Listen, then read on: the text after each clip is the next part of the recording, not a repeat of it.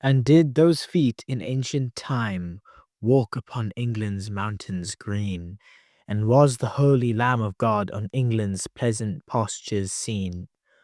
And did the countenance divine shine forth upon our clouded hills? And was Jerusalem built here among these dark satanic mills? Bring me my bow of burning gold, bring me my arrows of desire, bring me my spear, O clouds unfold. Bring me my chariot of fire.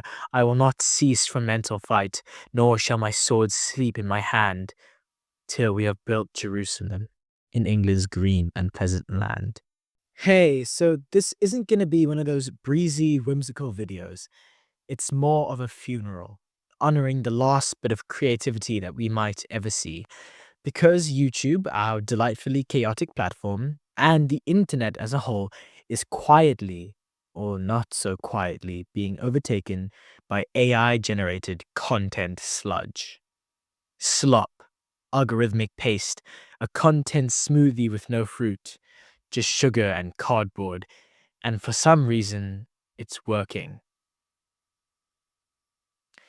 So here's a story. I made a video on pride. It's my most successful video by far. It's not my favorite that I've ever made, but I genuinely meant everything I said, and many of you guys loved it. And then a channel called Queen She's a killer queen. uploads the same video, the same script, the same pacing, and an AI voiceover that sounds like it wants to sell me cryptocurrency while talking about Yorkshire pudding.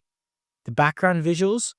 Well, it was a slideshow of mid-journey fever dreams, like someone typed nonchalant anime angel in fog. And the kicker? Well, for the first 17 minutes of this meaningless word-fest excuse of a video, it's just me, verbatim, word for word, no edits, just my script like I've been colonized by Skynet. Okay, to say that there were no edits would be a slight disservice. He opens with a line from the middle of my video, not from the beginning. But it's all the same to me. He even kept the title. The same title. I had to email them like a disappointed parent, and I said, "Hello there, this is me. I see you've uploaded everything. Could you not?" He was nice enough, and then he changed the title, but the fact that I had to ask proves the point. And this is where we are now. You see, there's a difference between inspiration and industrial plagiarism. One builds culture, the other grinds it to a mush. A generic imitation of culture, like if you mixed all the Play-Doh together and now it's one boring brown blob. What this AI slop does is bypass the entire creative process. No ideation, no voice, no personality, just a pattern matching imitation with no human flaws. I believe that flaws and intention make art. And the closest that AI can come to intention are algorithms, and any flaw is just a failure. It's not creation, it's content laundering. You take someone else's voice, you clean it through AI filters, and you repackage it like it's an original. But the problem goes much deeper than just copying scripts. We're seeing an epidemic of AI-generated YouTube shorts that are made from stitching together movie clips with fake subtitles. Or we're seeing dramatized Facebook posts that never happened that are fooling all of the boomers. An entire video wrapped in stolen media edited at a breakneck speed so that your brain doesn't have time to question it has become all too commonplace. It's not storytelling, it's clickbait necromancy, like a dark lord summoning instant brain cell loss. And it works very, very well because the algorithm currently rewards volume and not value. The problem isn't that AI exists, it's that people are kind of treating it like a vending machine for the creative process.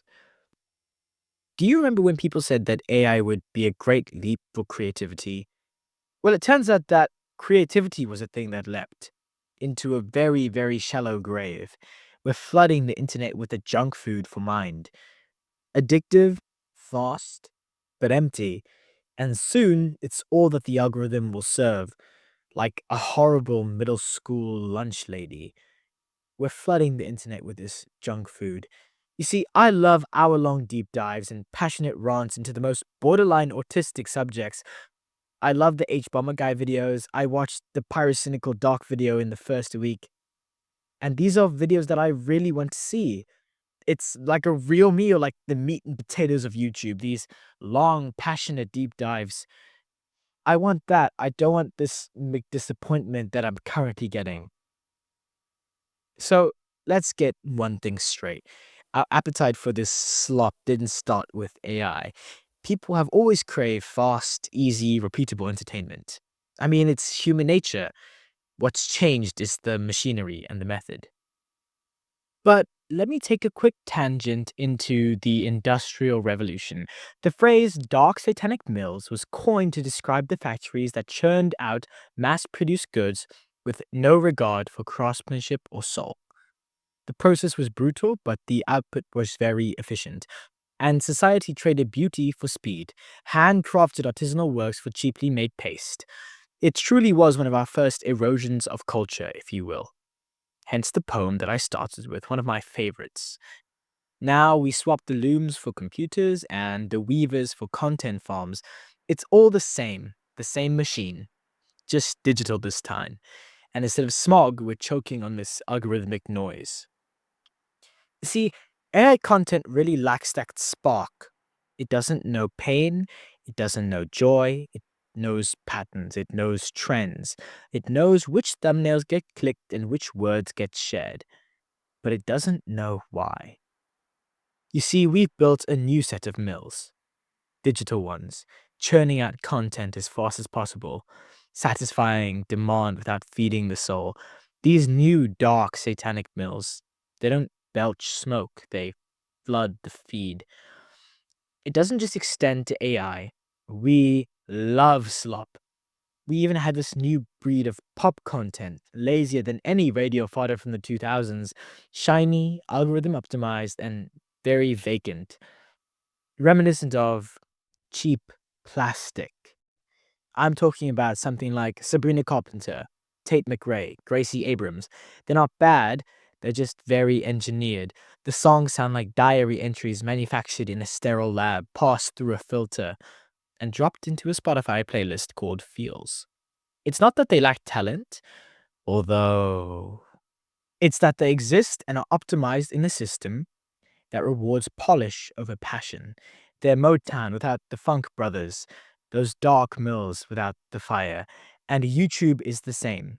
AI generated videos, sped up movie clips, and auto tuned voiceovers of heartbreak or fake inspiration stoic videos. It's designed to feel like something while meaning nothing. It's not artistry, it's vibes in a blender.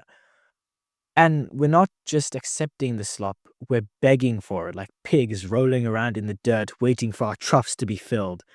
Because it's easy, because it's everywhere, because it doesn't ask anything of us, it doesn't ask us to think.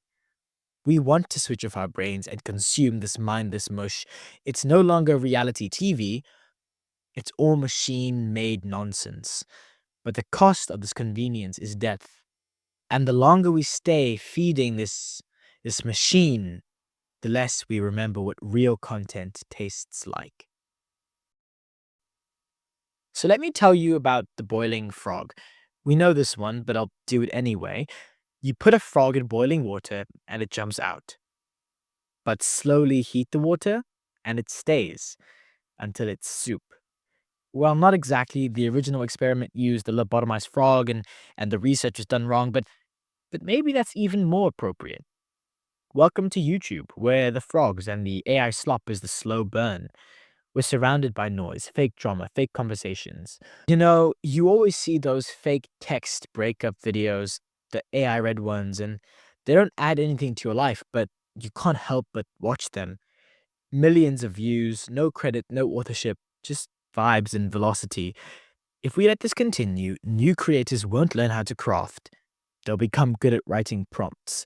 Viewers will expect speed over quality, and an algorithm will reward whichever robot yells the loudest.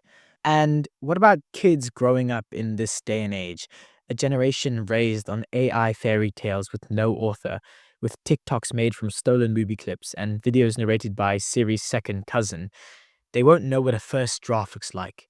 They don't know what it means to wrestle with a blank page. Culture won't collapse from censorship. It'll collapse under an avalanche of recycled sludge with flashy thumbnails and zero thought. We're not boiling frogs, we're the factory workers inside the new Satanic Mills. Except now, the mills are content pipelines, and the product isn't textiles, it's attention. Everybody wants your attention, everything wants your attention, and the process is the same. Grind it down, spit it out, keep the machine fed. Just when you thought the slot machine couldn't get any scarier, Google drops VEO3. This isn't another text-to-video gimmick. This thing is terrifyingly good. I'm talking about HD, coherent, multi-shot storytelling generated from a prompt. Not just dog running through a field, but a melancholic montage of a war veteran returning home to a ghost town in sepia tones. And it nails the vibe. Penguin Z0 made a video on it recently, and his face said it all. Stunned admiration and existential dread. It's like if Hell 9000 took up directing moody A24 trailers. It's beautiful, but it's horrifying, because this is no longer just about stealing scripts. It's replacing the entire video. The lighting, the pacing, the camera movements. It's cinematic enough to fool anyone into thinking that a real filmmaker made it. And once that illusion gets good enough, what's the point of anything being real at all? I think that it's the clearest sign that the AI slop factory isn't just about cranking out junk anymore. It's learning to wear human skin. Beautiful Oscar bait skin. And the scariest part is that people will watch it. People will love it because it's free, it's fast, and it's frictionless. It doesn't need a crew. It doesn't need actors. It just needs prompts. You're now one buzzword away from generating an entire AI film and it may be winning Sundance. And you'll sit there clutching your stupid little microphone trying to make a video about why Courage the Cowardly Dog is peak horror, while the algorithm is making this prestige TV in the time that it takes you to find a copyright music sound. The game is changing, and unless we make real things, messy, passionate, imperfect things, we are going to be outpaced by the robots who never sleep and never doubt themselves. And I get it. AI is tempting, it's fast, it's easy, it's like the drive-through of content creation. But do you really want your digital legacy to be that beige? To be something that could have been made by anyone or anything? I like AI. I used it a lot. I tell chatbot about my day. I ask it everything. In fact, when I started recording this video, instead of opening my recording app, I accidentally went to chatbot and started sending it a voice note. But I think you should use AI like a chisel, not a photocopier. This isn't supposed to be a copy of a copy of a copy of a copy. Make something that only you can make. Something messy, something weird, something real. Because I get it. AI is tempting and it's easy and it's fast. But it's not real. I think that art doesn't have to be perfect. But I believe that it should be yours. So please keep making things that you care about, things that you believe in. And I know not every single video I make will pop off, but I'd like to think that all of them come from a place of authenticity. And I really want to thank all of the creators who've inspired me the most over the years. And in the video's description, I think I'll link some of the best videos I've ever seen. And as I continue to watch and remember old favorites, I will continue to update it. Videos like Paris and Nichols' Darkwood, the old game theories, Middle Eight's music video essays, the oversimplified history videos, and so many more. So please, I encourage you, keep posting your ads that you made in school, videos showcasing your incredible Lego builds, your musical theater performances, and video essays about some anime that no one has ever heard about, or gameplay of the best indie game that no one has ever played. And if this video flops, maybe I'll just become another content farm, just another cog in the digital mill, cranking out sludge. Or maybe, just maybe, I'll make something even weirder next time. Thank you, and see you, Space Cowboy. You gotta make your own kind of music, sing your own special song. Make your own kind of music, even if nobody else sings along.